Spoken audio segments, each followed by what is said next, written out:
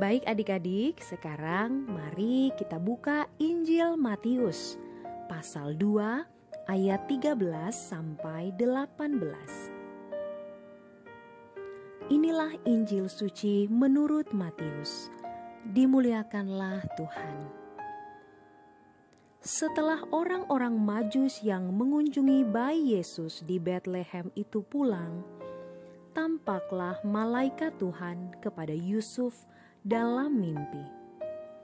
Malaikat itu berkata, "Bangunlah, ambillah anak itu serta ibunya. Larilah ke Mesir dan tinggallah di sana sampai aku berfirman kepadamu. Karena Raja Herodes akan mencari anak itu untuk dibunuh." Maka Yusuf pun bangunlah.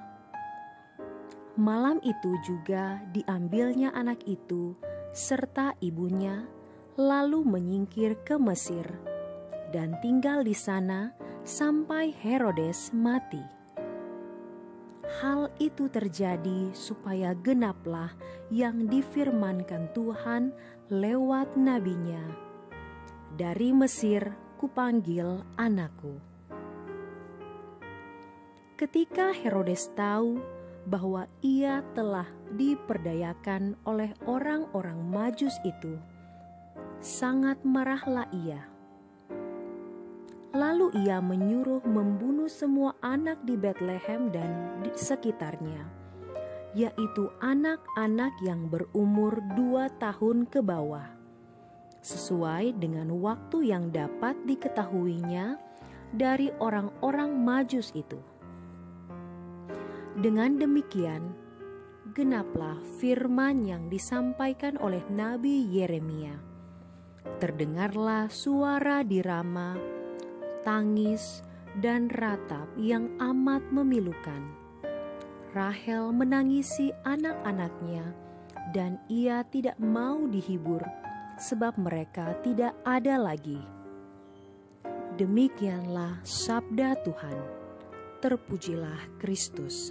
Adik-adik sekalian, bacaan yang kita baca tadi melalui Injil Matius sesungguhnya ingin menyampaikan kepada kita bahwa proses perlindungan dalam penyelamatan Allah bagi dunia dan semesta.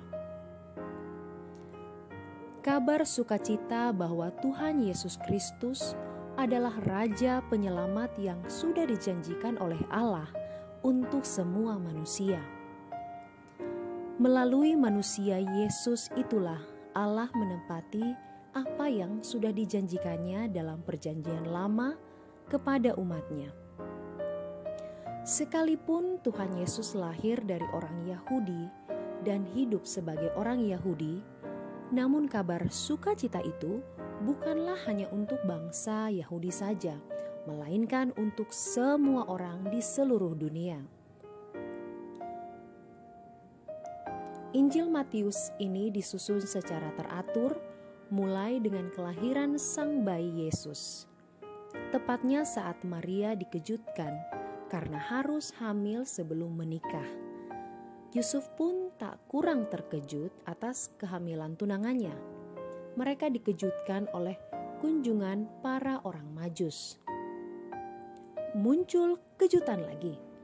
Mereka harus ke luar negeri di malam hari dengan posisi segala ketergesaan. Mereka terburu-buru. Mereka berposisi sangat ringkih dan butuh perlindungan. Peristiwa kejutan ironis yang berkebalikan dari peristiwa keluar dari Mesir. Dulu umat Israel diselamatkan dari Mesir. Sekarang juru selamat dunia harus berlindung dan mengungsi ke Mesir karena kejahatan Raja Israel.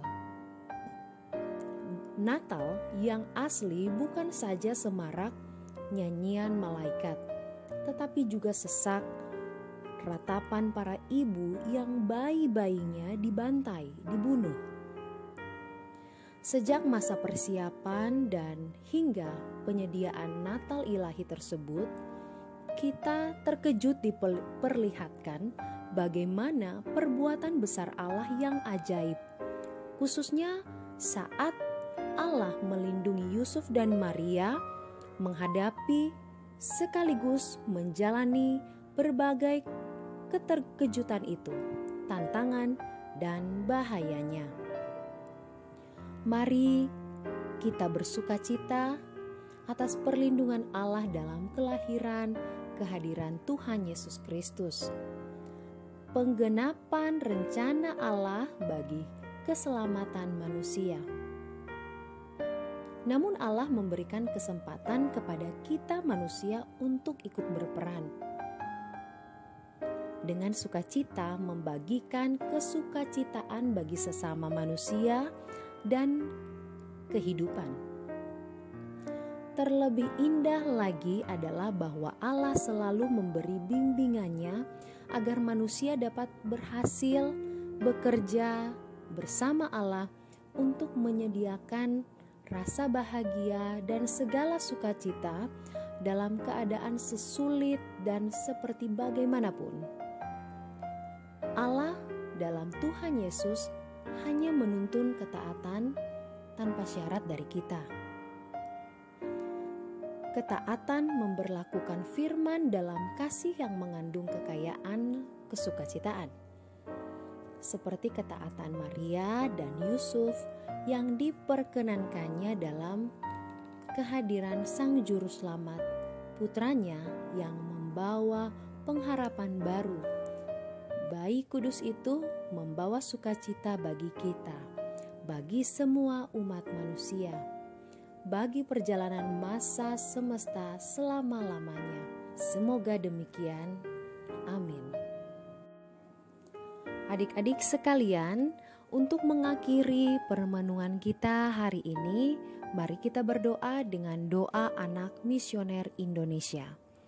Dalam nama Bapa dan Putra dan Roh Kudus. Amin. Tuhan Yesus, Engkau diutus Bapa menjadi berkat bagi dunia, menjadi selamat bagi manusia. Utuslah kami anak-anak-Mu di Indonesia untuk menjadi sahabat yang kuat bagi yang lemah, sahabat yang rela berkorban bagi yang menderita payah, sahabat penghibur bagi yang sakit dan gelisah. Tuhan Yesus, kami pun ingin menjadi utusan-utusan kecil-Mu, teman setia bagi yang tersingkir terlantarkan, teman bicara bagi yang kesepian terlupakan, sobat yang gembira bagi yang sedih dan susah, sobat penuh penghargaan bagi yang tak dicintai. Tuhan Yesus, utuslah kami kini dengan bantuan Roh Kudus-Mu menjadi garam dan ragi yang baik, menjadi terang dan obor yang cemerlang, membawa kegembiraan dan pengharapan. Tuhan Yesus, kuduskanlah badanku dan sucikanlah jiwaku. Kupersembahkan diriku padamu hari ini. Berkatilah semua anak dimanapun juga. Berkatilah semua orang yang kami jumpai, siapapun juga. Amin. Bapa kami yang ada di dalam surga, dimuliakanlah nama-Mu, datanglah kerajaan-Mu, jadilah kehendak-Mu di atas bumi seperti di dalam surga. Berilah kami rezeki pada hari ini, dan ampunilah kesalahan kami, seperti kami pun mengampuni yang bersalah kepada kami, dan janganlah masukkan kami ke dalam pencobaan, tetapi bebaskanlah kami dari yang jahat. Amin. Salam Maria, penuh rahmat, Tuhan sertamu. Terpujilah engkau di antara wanita, dan terpujilah buah tubuhmu Yesus. Santa Maria Bunda Allah, doakanlah kami yang berdosa ini, sekarang dan waktu kami mati. Amin. Kemuliaan kepada Bapa dan Putra dan Roh Kudus, seperti pada permulaan, sekarang, selalu, dan sepanjang segala abad. Amin. Dalam nama Bapa dan Putra dan Roh Kudus. Amin. Adik-adik sekalian, Demikian Doremi kita pada hari ini. Kita akan berjumpa lagi pada Doremi yang berikutnya. Selamat beraktivitas, Tuhan Yesus memberkati.